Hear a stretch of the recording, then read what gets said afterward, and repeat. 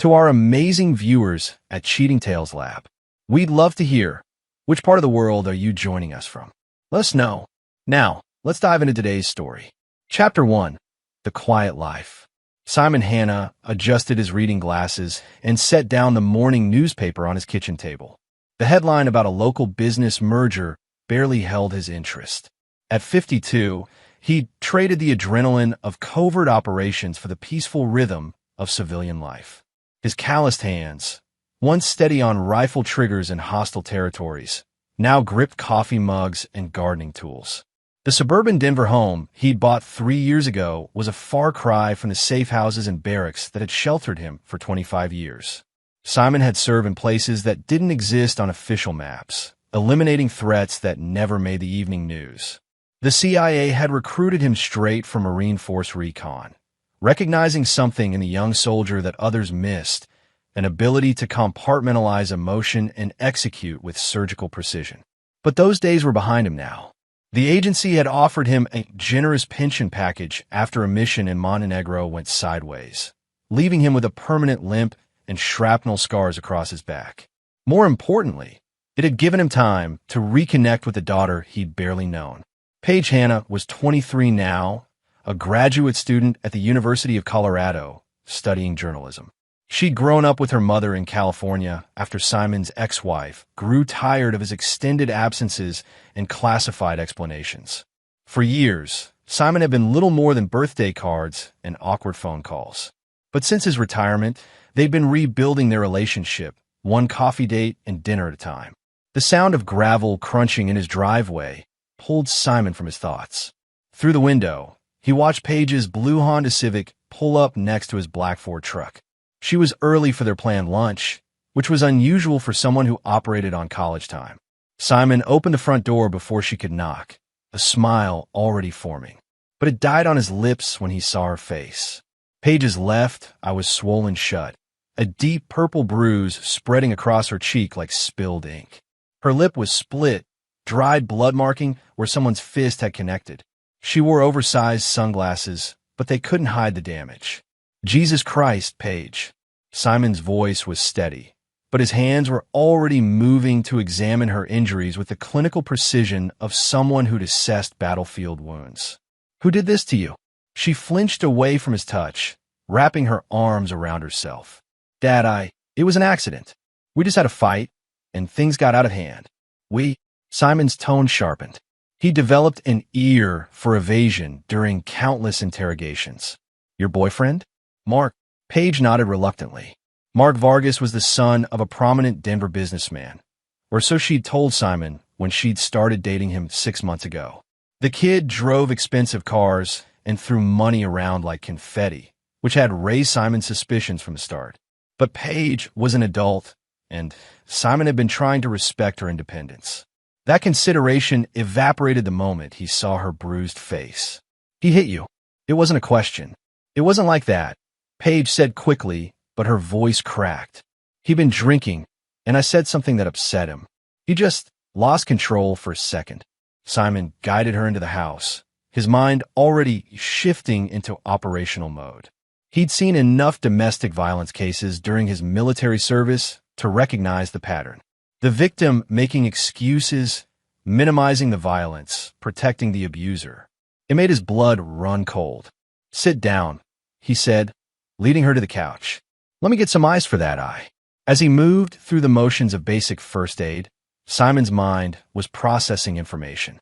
Mark Vargas, 24 years old, drove a red Maserati, lived in an upscale downtown loft. Simon had done a background check when Paige first mentioned him. Old habits died hard. What he'd found was troubling. A sealed juvenile record, 2 assault charges that had been mysteriously dropped, and connections to his father's import business that seemed suspiciously profitable for someone who allegedly dealt in electronics. Paige, Simon said, sitting across from her with an ice pack wrapped in a dish towel. I need you to tell me exactly what happened, and I need you to tell me the truth. She looked up at him with her one good eye, and for a moment he saw the little girl who used to call him on Sundays, crying because she missed her daddy. The rage that had been building in his chest crystallized into something harder and more focused. something that men like Mark Vargas wouldn't see coming until it was far too late. Chapter 2. The Monster's Face. Paige's story came out in broken fragments over the next hour. She and Mark had been at his loft the night before, attending a party with his friends. Paige had been uncomfortable with the crowd. Too much cocaine being passed around, too many conversations about business that stopped when she walked by. When she'd suggested leaving early, Mark had accused her of being uptight and embarrassing him. The argument had escalated when they were alone. Mark had grabbed her wrist, hard enough to leave finger-shaped bruises that Simon could now see peeking out from under her long sleeves. When she tried to pull away, he'd backhanded her across the face with enough force to knock her down. He said, "I was lucky it wasn't worse," Paige whispered, pressing the ice pack to her swollen eye. He said his father had taught him how to discipline women who didn't know their place. Simon's hands clenched into fists.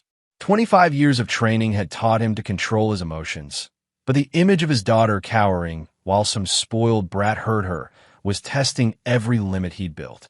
"You're not going back there," he said flatly. "Dad, it's not that simple. You don't understand who these people are." "Then explain it to me." Paige took a shaky breath. "Arturo Vargas isn't just a businessman. He's connected. Like, seriously connected. Mark likes to brag about it when he's been drinking. Says his father runs half the illegal activity in Colorado.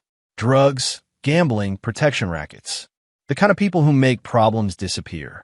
Simon absorbed this information without visible reaction. He'd suspected the Vargas family was dirty, but confirmation still sent a chill down his spine. Not because he was afraid. Simon Hanna had faced down cartel sicarios and terrorist cells without blinking, but because it meant Paige had been dating the son of a criminal who could make her life very difficult if she tried to leave. "Has Mark ever mentioned me to his father?" Simon asked. "I don't think so. Why would he? You're just my dad who works in security consulting."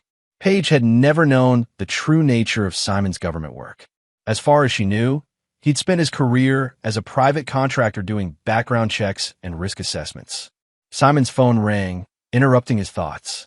The caller ID showed a number he didn't recognize, but something about the deliberate timing made his skin crawl. "Simon Hanna," he answered. "Mr. Hanna." The voice was heavily accented, carrying the authority of someone accustomed to being obeyed. "My name is Arturo Vargas. I believe you know my son, Mark." Simon's eyes met Paige's across the room. She'd gone pale, somehow knowing who was on the other end of the line. "I know of him," Simon replied carefully. "Good. Then you understand why I'm calling. Your daughter disrespected my boy last night, made him look foolish in front of his associates. This cannot stand." The casual arrogance in Vargas's tone made Simon's jaw clench. "Is that so?" "Indeed. Paige will return to Mark today and apologize for her behavior.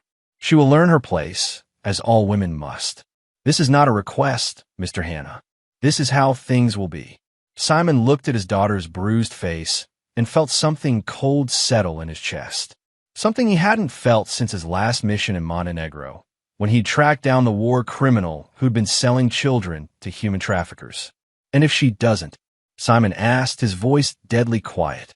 Arturo chuckled, a sound like gravel in a cement mixer. "Then you'll discover why smart men in this city don't cross the Vargas family. I trust we understand each other." The line went dead. Simon set down the phone and looked at his daughter, who was staring at him with barely contained terror. "Dad," she whispered, "what are we going to do?" Simon stood up and walked to the kitchen window, gazing out at his peaceful suburban neighborhood. An old woman was walking her dog. A teenager was washing his car in a driveway. Normal people living normal lives, blissfully unaware that monsters like Arturo Vargas existed in their world. But Simon had spent his entire adult life hunting monsters. He knew their weaknesses, their fears, their breaking points. And he learned long ago that sometimes the only way to stop a monster was to become something worse. "Pack a bag," he told Paige. "You're going to stay with your Aunt Virginia in Phoenix for a while." "What about you?" Simon turned back to face her, and for the first time since his retirement, Paige saw a glimpse of the man her father had been before he'd become a suburban retiree. There was something in his eyes that was older than his years and harder than stone. "I'm going to have a conversation with Mr. Vargas about respect."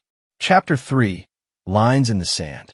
Simon drove Paige to Denver International Airport that evening, using surface streets and taking an indirect route that would make them difficult to follow. Old paranoia, perhaps, but Arturo Vargas hadn't built a criminal empire by being careless about security. "I still think this is a mistake," Paige said as they pulled into the departure zone. "These people aren't going to just let this go." "I'm counting on it," Simon replied, pulling her bag from the truck bed. He walked her to the security checkpoint, scanning the crowds for anyone paying too much attention to them. Nothing stood out, but that didn't mean much. Professional surveillance was an art form, and the Vargas organization had money to hire talented people. "Promise me you'll be careful," Paige said, hugging him tightly. "I promise." It wasn't entirely a lie. Simon would be careful to leave no witnesses. After Paige's flight departed, Simon drove home through the gathering darkness. His suburban neighborhood looked exactly the same as when he'd left it, but something fundamental had shifted. The quiet life he'd built here was over, burned away by a single phone call from a man who thought intimidation was a substitute for strength. Simon parked in his garage and spent 20 minutes checking his house for surveillance devices. He found two listening devices and a camera, planted by professionals who knew their trade. The Vargas organization was clearly taking him seriously, which meant they'd done at least some research into his background. That was their first mistake. Simon left the devices in place, but disabled them with small applications of electromagnetic interference that would look like random technical failures. Then he went down to his basement and moved aside a gun cabinet that had been bolted to the wall. Behind it was a hidden panel that opened to reveal a small arsenal. The weapons were legally owned. Simon's security consulting business gave him legitimate reasons to maintain a collection of firearms for testing and demonstration purposes. But some items in his cache weren't the kind of things that appeared on any registration documents. He selected a Heckler & Koch MP7 submachine gun, compact enough to conceal but devastating at close range. 6 extra magazines went into a tactical vest, along with a ceramic trauma plate that could stop rifle rounds. A suppressed Glock 19 became his backup weapon, riding in a shoulder holster that disappeared under his jacket. The transformation from suburban retiree to killing machine took less than 10 minutes. As Simon checked his gear one final time, he felt the familiar calm that had always descended before a mission. Emotion was a luxury he couldn't afford now. There was only the objective and the most efficient path to complete it. His phone rang as he was loading additional equipment into a duffel bag. The number was Mark Vargas. "Mr. Hanna?"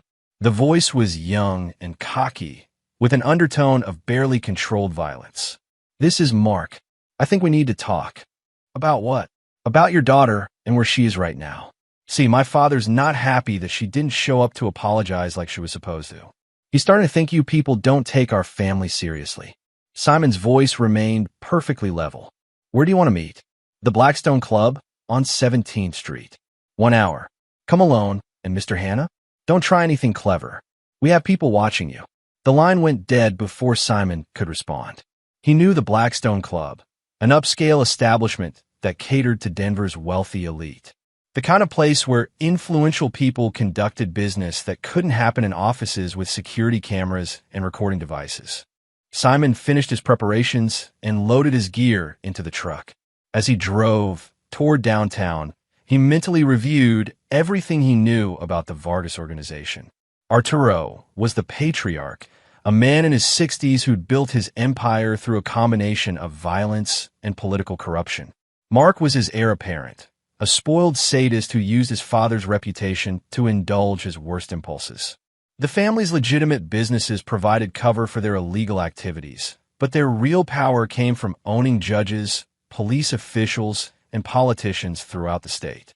They were exactly the kind of organized crime syndicate that Simon had spent years dismantling in other countries. The difference was that this time, it was personal. Simon parked 3 blocks from the Blackstone Club and approached on foot, using shop windows and car mirrors to check for surveillance. He spotted at least 4 watchers, 2 in a sedan across from the club's entrance, 1 in a coffee shop with a clear view of the street, and another posing as a homeless man near the alley entrance. Professional deployment, but not perfect.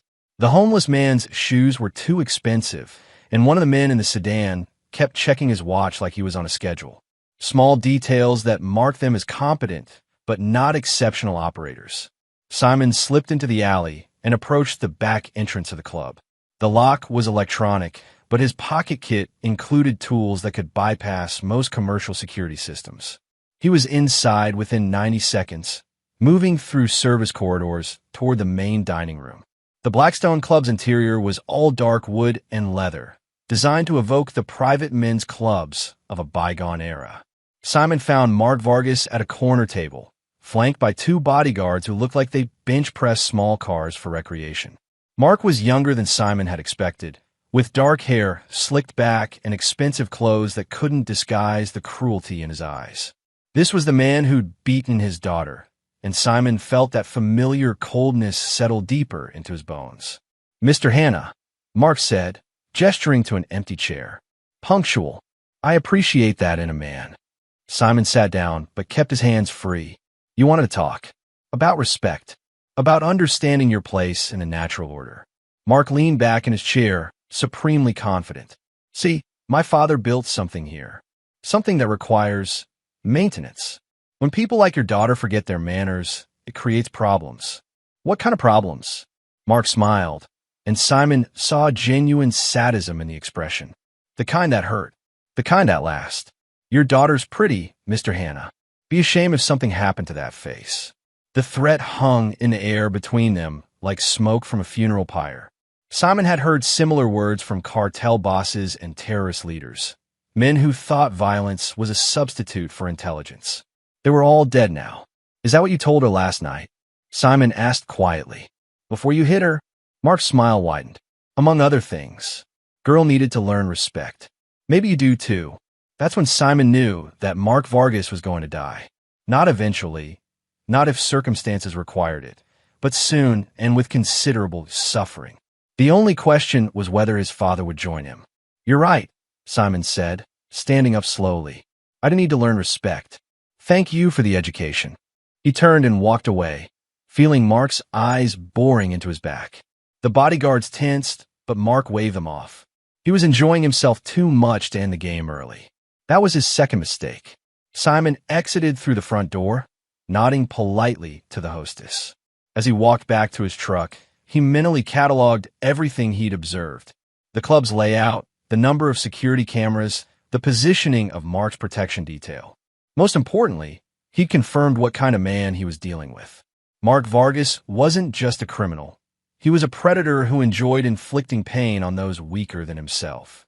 The world would be a better place without him in it. Simon started his truck and drove home, already planning his next move. He had 48 hours before Mark would expect to hear from him again. 48 hours to become something that even the Vargas family would fear. It was more than enough time. Chapter 4. The Hunter's Preparation. Simon spent the next morning in what appeared to be mundane, suburban activities.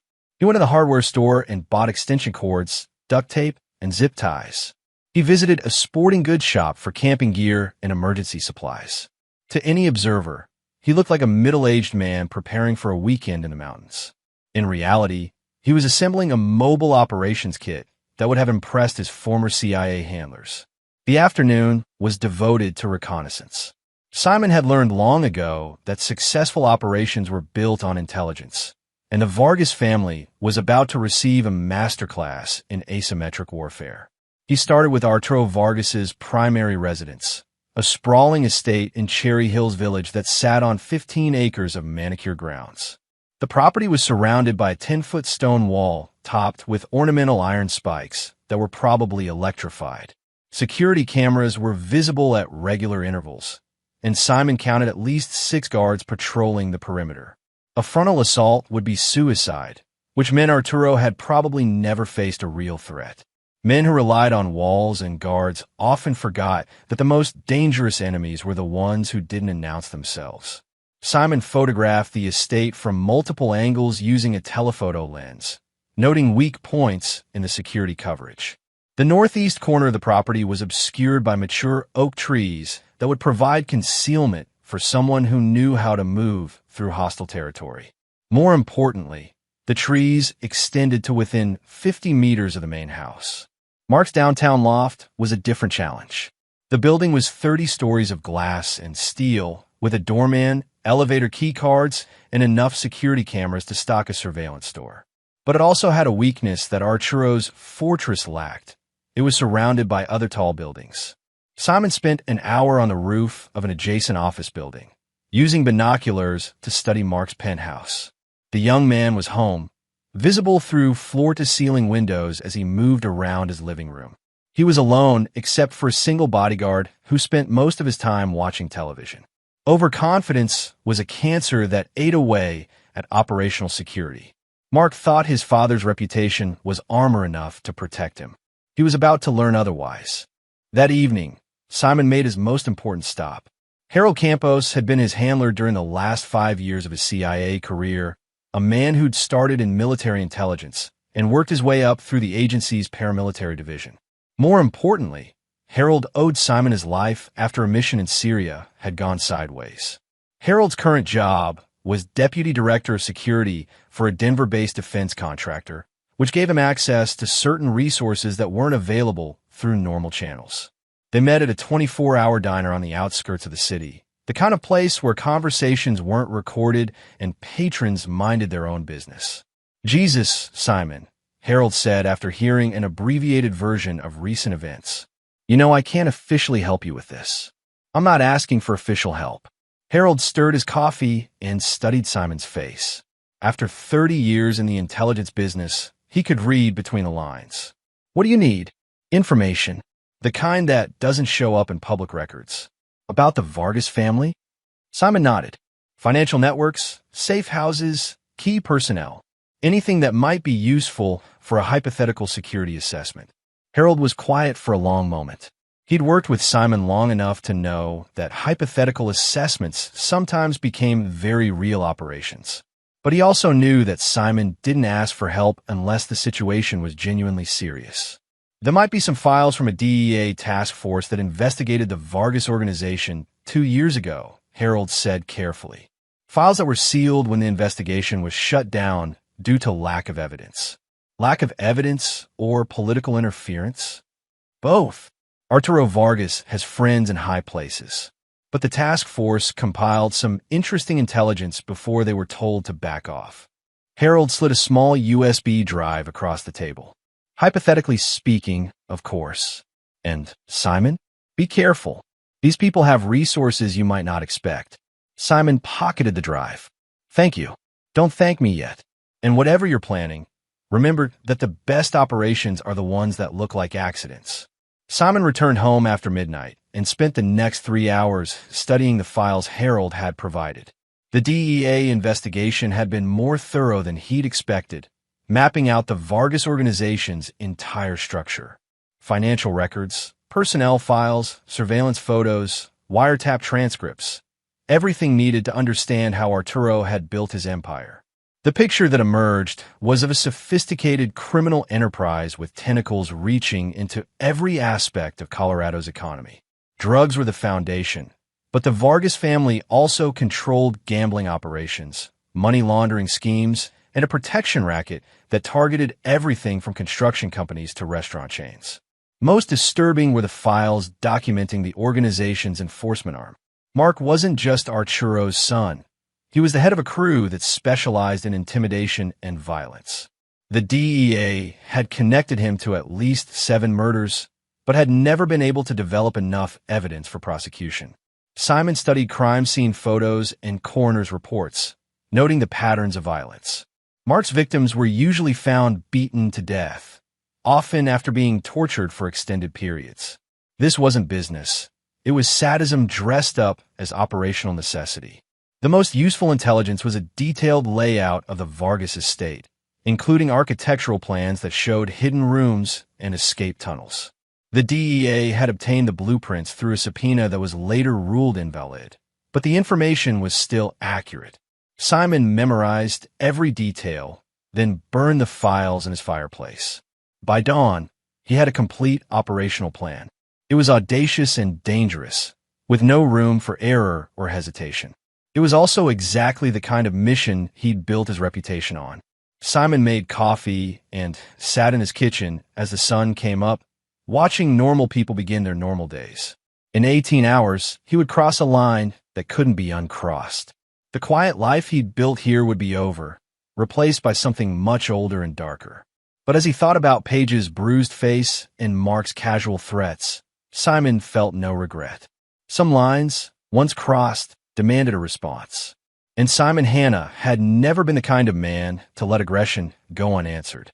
He finished his coffee and went to the basement to begin final preparations. By the time the sun set again, the Vargas family would understand what it meant to threaten the wrong man's daughter. Chapter 5. First Blood. Simon began his assault on the Vargas empire at exactly 10:47 p.m., starting with their drug distribution network. The DEA files had identified a warehouse in Commerce City where the organization processed cocaine shipments from Mexico. Intelligence indicated the facility operated with a skeleton crew at night, usually just 3 guards and a supervisor. Simon approached the warehouse through an industrial district that was deserted after business hours. He'd traded his suburban disguise for tactical gear, black clothing, ceramic armor, and weapons that turned him into a one-man army. The transformation was complete when he pulled on night vision goggles that turned the darkness into green-tinted clarity. The warehouse was a converted aircraft hangar surrounded by a chain-link fence topped with razor wire. Simon cut through the fence using military-grade bolt cutters, creating an entry point that would be invisible from the guard posts. The exterior cameras were on predictable rotation schedules, leaving blind spots that he navigated with practiced ease. The first guard never saw him coming. Simon approached from behind and applied a blood choke that rendered the man unconscious in seconds. He zip-tied the guard's hands and feet, then dragged him into a storage closet. The second guard went down the same way, caught while making his rounds through the packaging area. The third guard was more alert, but alertness was no match for superior training. Simon used a suppressed pistol to put him down with a single shot to the center of mass. Clean, quiet, and efficient. The supervisor was in the office, counting money and sampling product. Simon entered without knocking. "Don't move," he said, training his pistol on the man's chest. The supervisor was in his 40s, with prison tattoos and the kind of scarred face that came from years of violence. But there was genuine fear in his eyes as he stared at the dark figure who'd materialized in his office. "Who are you?" he whispered. "Someone who wants to send a message to Arturo Vargas." Simon spent the next 20 minutes gathering intelligence. The supervisor, whose name was Jake Porter, proved surprisingly cooperative when faced with the alternative of immediate death. He provided details about shipment schedules, financial procedures, and the names of other Vargas facilities throughout the state. When Simon had extracted everything useful, he put a bullet through Porter's head and began setting charges throughout the warehouse. The explosives were small but precisely placed, designed to create maximum destruction while minimizing the risk to nearby buildings. Simon was 3 blocks away when the warehouse erupted in a fireball that lit up the night sky. Fire department sirens were already wailing in the distance as he drove toward his next target. The Vargas organization operated a high-end gambling den in a converted warehouse near downtown Denver. Unlike the drug facility, this location catered to wealthy clients who expected luxury along with their illegal entertainment. According to the DEA files, Mark Vargas frequently visited the club to collect tribute and terrorize the staff. Simon parked in an alley and approached on foot, using service tunnels that connected to the building's basement. The gambling den security was focused on preventing robbery and monitoring patrons. They weren't prepared for a military-style assault from below. He entered through a steam tunnel that connected to the building's heating system. The basement was full of electrical equipment and storage areas, exactly as the architectural plans had indicated. Simon moved through the mechanical spaces until he found access to the club's main floor. The gambling den was everything he'd expected from an upscale criminal operation. Elegant decor, beautiful dealers, and the kind of patrons who drove cars worth more than most people's houses. Poker games with 6-figure pots were running at several tables, while a high-stakes dice game drew crowds of spectators. Simon positioned himself in the balcony area, using the shadows and crowd noise to mask his presence. He wasn't here to rob the establishment, or harm innocent bystanders. He was here to deliver a very specific message. Mark Vargas was holding court at a corner table, surrounded by associates who laughed at his jokes and nodded at his pronouncements. He was drunk and loud, regaling his audience with stories about keeping bitches in line. Simon listened for 5 minutes, confirming everything he'd suspected about the man's character. When Mark finally stood to visit the men's room, Simon made his move. The bathroom was empty except for Mark, who was too intoxicated to notice Simon's approach until it was far too late. A precisely applied chokehold rendered him unconscious within seconds. Simon zip-tied his hands and feet, then dragged him into a storage room adjacent to the restroom. Mark came around 10 minutes later to find himself bound to a metal chair with Simon sitting across from him. The room was soundproofed, a feature the gambling den's owners had installed to prevent noise complaints from neighbors. "What the fuck?" Mark began. Simon backhanded him hard enough to split his lip. Lesson 1. You don't touch my daughter. Recognition dawned in Mark's eyes. "You're fucking dead, old man. My father will." Another slap, harder this time. "Your father just lost $1 million worth of product and his primary distribution center. That's the price of disrespecting my family." Mark's bravado cracked slightly. The warehouse explosion had been visible from downtown, and news was probably already spreading through the organization's communication networks. "You don't know who you're fucking with," Mark snarled, but there was uncertainty in his voice now. Simon leaned forward until their faces were inches apart. "I know exactly who I'm dealing with. A spoiled child who thinks daddy's reputation makes him untouchable.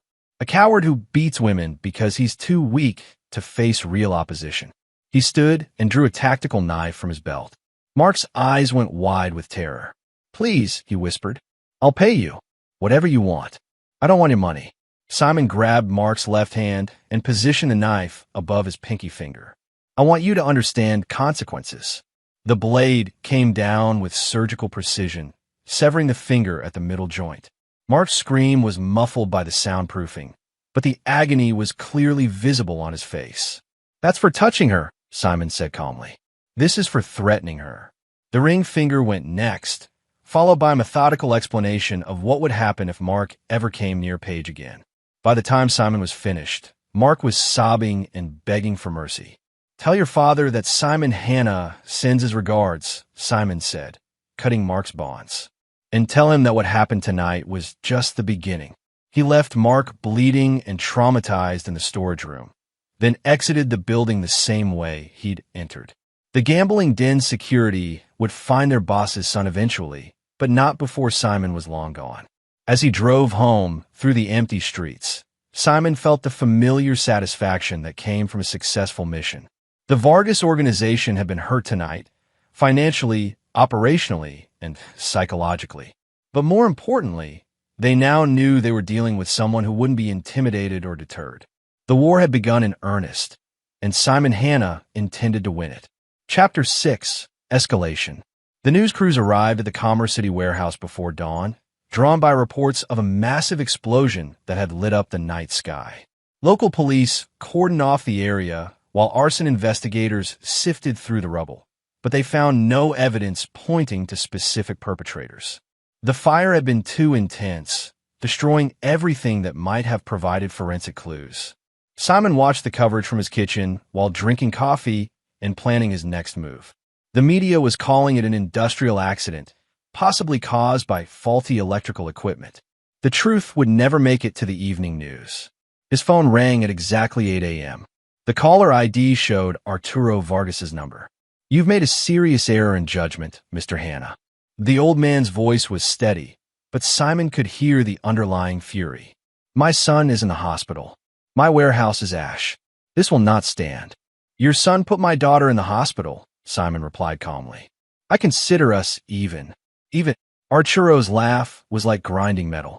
"You cost me millions of dollars in product and infrastructure. You torture my heir. There is no world in which we are even." Simon had expected this reaction. Men like Arturo Vargas were ruled by pride and reputation. Any challenge to their authority had to be answered with overwhelming force, or else they risked appearing weak to their subordinates. "What do you propose?" Simon asked. Surrender.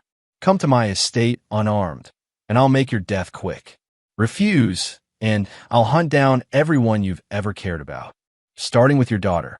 The threat was delivered with casual confidence, as if Arturo couldn't imagine any other outcome.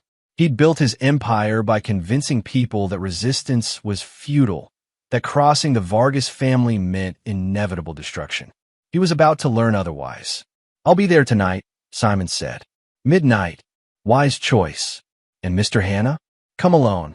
The line went dead, leaving Simon alone with his thoughts. Arturo expected him to arrive as a beaten man, ready to accept whatever punishment the crime boss decided to inflict. Instead, he would face the most dangerous enemy of his long and violent career. Simon spent the afternoon in final preparations. He field-stripped and cleaned his weapons, checked his equipment, and reviewed the estate's architectural plans one last time. The DEA files included detailed information about Arturo's security arrangements, including guard rotations, camera positions, and the location of safe rooms. Most useful was intelligence about the estate's hidden tunnel system. Arturo had commissioned the construction of several escape routes when he'd built the house, paranoid about potential raids by law enforcement or rival criminal organizations. The tunnels were his insurance policy against disaster. Tonight, they would become his tomb. Simon left his house at 10 p.m., driving through Denver's suburban sprawl toward the exclusive enclave where Colorado's wealthiest residents lived behind gates and walls. The Vargas estate occupied prime real estate in Cherry Hills Village, a fortress of stone and steel that proclaimed its owners' power and wealth. He parked 2 miles away and approached on foot, using drainage ditches and tree lines to avoid the security cameras that monitored the surrounding area. The estate's perimeter was lit by floodlights, but Simon had learned to move through hostile territory during his years with the agency. Light and shadow were tools to be manipulated, not obstacles to be feared. The northeast corner of the property offered the best approach, just as his earlier reconnaissance had indicated. The oak trees provided concealment up to the wall itself, where Simon used a grappling hook to scale the stone barrier. He dropped into the estate's grounds at 11:43 p.m., 17 minutes before his scheduled appointment. The grounds were patrolled by 6 guards armed with assault rifles and equipped with radio communication. Simon neutralized them one by one, using his suppressed pistol and knife to eliminate threats without alerting the main house. The work was methodical and efficient, drawing on skills that had been honed in a dozen different countries. By midnight, the exterior security was gone, and Simon was positioned outside the main house. Through the windows, he could see Arturo Vargas waiting in his study, flanked by 4 bodyguards. The crime boss was dressed in an expensive suit, sitting behind a mahogany desk like a king holding court. Simon checked his weapons one final time, then entered the house through a basement window that connected to the tunnel system. The underground passages were exactly as the DEA plans had indicated, narrow concrete corridors that snaked beneath the estate like arteries in a body. He made his way to the tunnel entrance closest to Arturo's study, then began his assault on the main house. The first bodyguard went down to a knife thrust between the ribs, quiet and fatal. The second died when Simon snapped his neck from behind, using leverage and technique rather than brute strength. The remaining guards finally realized they were under attack when Simon kicked down the study door, but their training was no match for his experience. Military-grade tactics and superior firepower ended the fight in less than 30 seconds. When the gunfire stopped, Arturo Vargas was alone with the man who destroyed his empire in a single night. "Impossible," the old crime boss whispered, staring at the bodies of his supposedly elite security team. Simon stepped over the corpses and approached the desk, his rifle trained on Arturo's chest.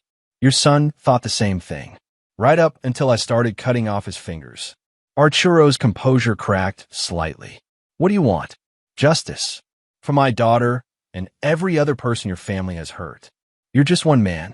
You can't destroy everything I've built." Simon smiled, and there was nothing human in the expression. "Watch me." The conversation that followed was brief and one-sided. Simon explained exactly what he'd done to the Vargas organization over the past 48 hours, including the warehouse destruction and Mark's mutilation. But more importantly, he revealed what was coming next. I've spent 25 years learning how to dismantle criminal enterprises, Simon said. I know where you keep your money, who you bribe, and how your operations function.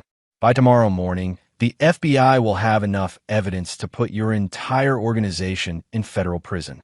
You're bluffing. Simon produced a USB drive from his pocket. Financial records, communication intercepts, personnel files. Everything my former colleagues need to roll up your network. The only question is whether you'll be alive to see it happen. Arturo's face went pale as he realized the scope of what he was facing. This wasn't just a grieving father seeking revenge. It was a professional intelligence operative conducting a systematic operation. Please, he whispered, I have grandchildren. Simon thought about Paige's bruised face and Mark's casual threats.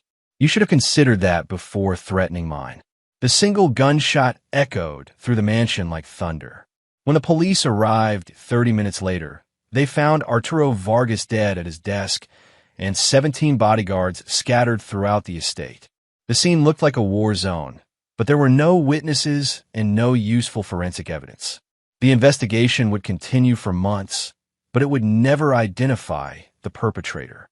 Simon Hanna had vanished into the night like smoke, leaving behind only the destruction of Colorado's most powerful criminal family. By dawn, he was already planning his next move. Because while Arturo was dead and Mark was crippled, the Vargas organization still had loyal soldiers who would seek revenge. The war wasn't over. It was just entering a new phase. And Simon Hanna had never lost a war. Chapter 7. The Reckoning Begins. The news of Arturo Vargas's death sent shockwaves through Denver's criminal underworld. By morning, every ambitious lieutenant and rival organization knew that the city's most powerful crime family had been decapitated in a single night. The media called it a gang war, but those in the business understood the truth. Someone had declared war on the Vargas empire and won the opening battle. Simon watched the coverage from a motel room in Aurora, using a fake identity he'd maintained since his CIA days. The morning news showed aerial footage of the estate, police vehicles, and body bags being loaded into coroner's vans. 17 dead, including Colorado's most feared crime boss. The investigation was being led by a joint task force of FBI agents and local detectives. But Simon knew they'd find nothing useful. His phone buzzed with a text message from an unknown number. We know who you are. We're coming. Simon deleted the message and began planning his response. The Vargas organization was wounded, but not dead. Mark was alive and would inherit what remained of his father's empire, along with a burning desire for revenge. The mutilated heir would rally the remaining soldiers and come for the man who'd humiliated him. That was exactly what Simon was counting on. He drove back to his house in suburban Denver, using counter-surveillance techniques to ensure he wasn't followed. The neighborhood looked peaceful in the morning sunlight. Soccer moms driving to school pickup, retirees working in their gardens, teenagers walking dogs. Normal people living normal lives, unaware that a war was being fought in their midst. Simon's house had been searched while he was away. The intruders were professionals, but they'd left subtle traces that told him everything he needed to know. Furniture slightly out of place, dust patterns disturbed, electronic devices that had been examined and replaced. The Vargas organization had sent a technical team to gather intelligence about their enemy. They'd found nothing useful. Simon's suburban identity was carefully constructed but ultimately hollow. The real intelligence was stored in his memory and a few encrypted files that would be meaningless to anyone without the proper context. But the search attempt told him that Mark was thinking tactically despite his injuries. The heir apparent was gathering information about his father's killer, preparing for a coordinated response rather than a blind assault. That made him more dangerous than Simon had initially estimated. Simon spent the afternoon reinforcing his home's defenses. Hidden cameras were installed in the yard and surrounding neighborhood, connected to a monitoring system that would alert him to any unusual activity. Motion sensors and infrared detectors created a defensive perimeter that would be invisible to casual observation, but devastating to anyone attempting a covert approach. The basement arsenal was expanded to include heavier weapons, assault rifles, explosives, and equipment that could turn his suburban home into a fortress. If Mark wanted to bring the fight here, Simon would be ready for him. As evening approached, Simon received another text message. Tomorrow night. The warehouse district. Come alone or we start killing civilians. The message was followed by a photo of a local elementary school during dismissal time. Children walking to buses, parents picking up their kids, teachers directing traffic. The threat was clear: surrender or innocent people would die. Simon studied the photo and felt the familiar coldness settle in his chest. Mark had graduated from beating women to threatening children. The transformation from spoiled rich kid to desperate terrorist was complete, and it sealed his fate more thoroughly than any crime tribunal could. But it also created a tactical problem. Simon couldn't risk civilian casualties, which meant he'd have to meet Mark's terms and walk into what was obviously a trap. The warehouse district was perfect for an ambush, isolated, full of hiding places, and far enough from residential areas that gunfire wouldn't immediately draw police attention. Simon began planning for what would likely be his final confrontation with the Vargas organization. He had 24 hours to prepare for a battle that would determine whether Mark's threats were idle or genuine. Either way, the heir to Denver's most powerful crime family was about to learn what happened to men who threatened innocent children. The war that had begun with a father's rage was about to end with a killer's justice. That night, Simon made 2 phone calls. The first was to Harold Campos, his former CIA handler. "The files you gave me were very helpful," Simon said without preamble. "I'm glad to hear it. Are your security assessment concerns resolved?" "Almost. But I wanted you to know that there might be some cleanup required in the next 48 hours. Harold was quiet for a moment. He'd worked with Simon long enough to understand what cleanup meant in this context. Anything that might require federal attention? Possibly, but only if certain parties escalate beyond acceptable parameters. Understood. I'll make sure the right people are aware of potential developments. The second call was to Paige in Phoenix. "Dad, is everything okay? I've been watching the news about that crime boss who got killed." "Everything's fine," Simon lied. "But I need you to stay in Phoenix for another week or 2, just until things settle down here." "This is about Mark, isn't it? About what happened to me?" Simon didn't answer directly. "I love you, Paige. Remember that." "Dad, you're scaring me." "What's going on?" "Nothing you need to worry about. I'll call you soon." He hung up before she could ask more questions. If tomorrow night went badly, it would be the last time he heard his daughter's voice. But if it went according to plan, she'd never have to fear Mark Vargas or anyone like him ever again. Simon spent the rest of the evening writing letters he hoped would never be read and making arrangements he hoped would never be needed. Then he began final preparations for a battle that would end with either his victory or his death. There would be no middle ground. Chapter 8. The Final Hunt.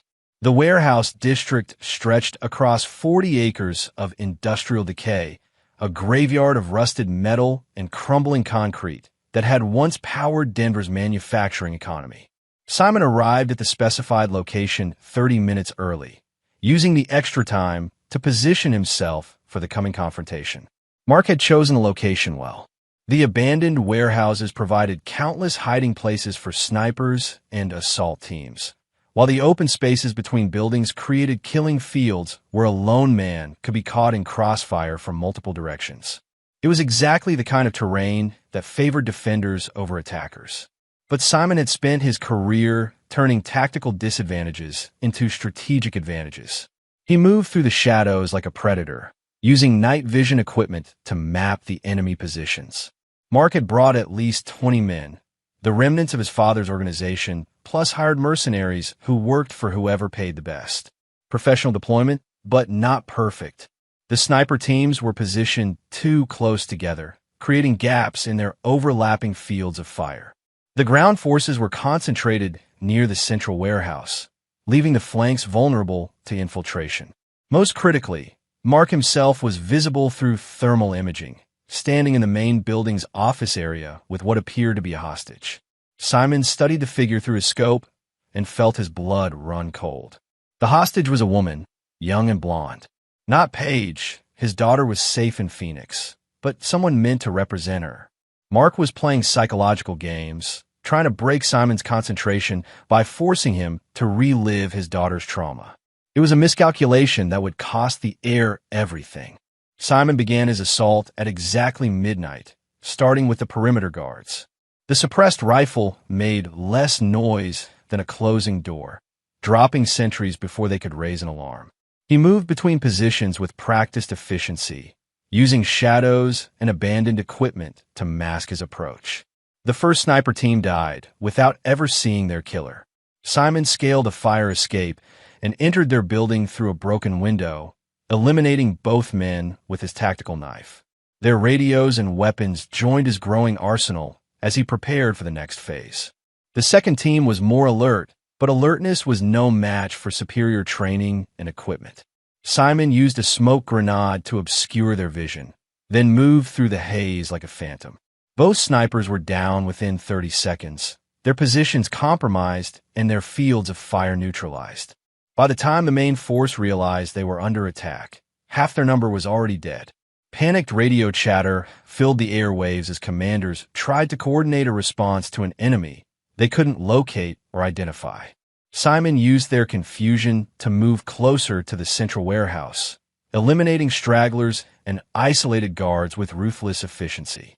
Each kill was clean and precise, the work of a professional who'd spent decades perfecting the art of violence. The assault on the main building began with explosives. Simon had planted charges at strategic points during his infiltration, creating breaches that would allow him to attack from multiple angles simultaneously. The detonations shattered windows and punched holes in concrete walls, turning the warehouse into a maze of smoke and debris. The remaining guards opened fire wildly, spraying bullets at shadows and echoes while Simon moved through the chaos like a force of nature. His rifle spoke repeatedly, each shot finding its target with surgical precision. Bodies fell in corridors and storage areas, marking his path toward the office where Mark waited. The final approach was the most dangerous. Mark had positioned his remaining bodyguards in a defensive perimeter around the office, using furniture and equipment to create a fortified position. The hostage was visible through the office windows, bound to a chair with duct tape covering her mouth. Simon studied the situation and made his choice. Direct assault would risk the hostage's life, but there was another option, one that required perfect timing and absolute precision. He began by eliminating the outer guards, using grenades and suppressing fire to drive the defenders deeper into their fortress.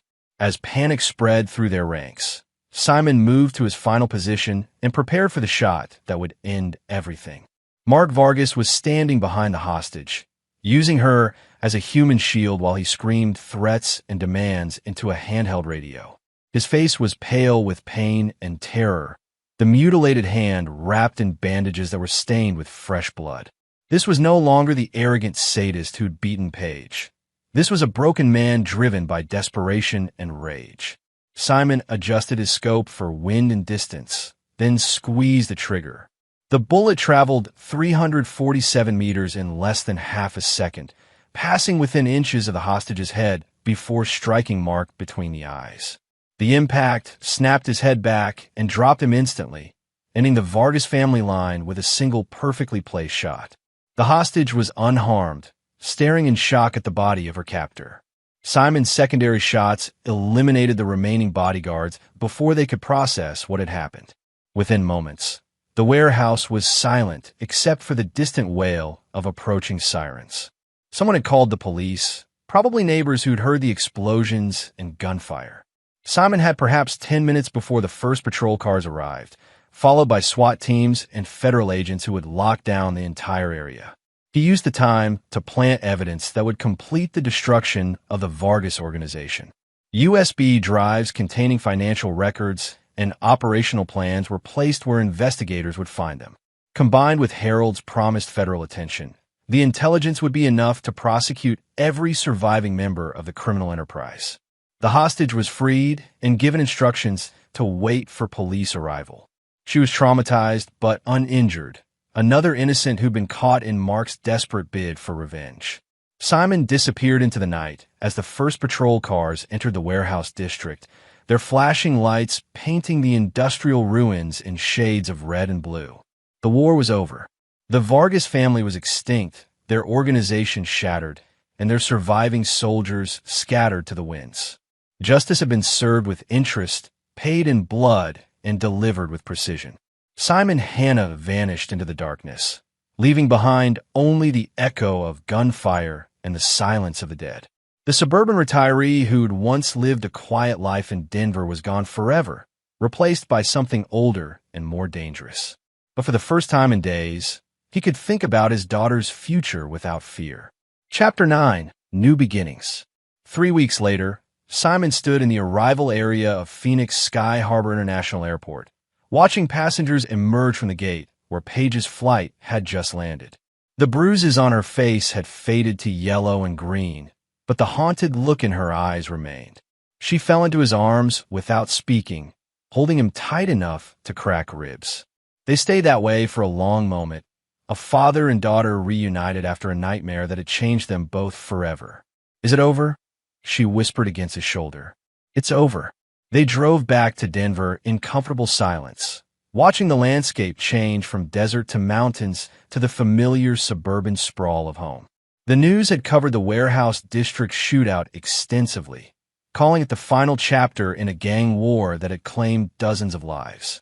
Mark Vargas was dead, his father's organization dismantled, and their surviving associates either in federal custody or fled to other states. The Vargas name had become synonymous with violence and failure, a cautionary tale about the price of crossing the wrong man's family. "What happened to you out there?" Paige asked as they pulled into Simon's driveway. He considered several answers before settling on the truth. "I remembered who I used to be. And now." They spent the evening talking about her plans to finish graduate school and his intention to sell the house and move somewhere new.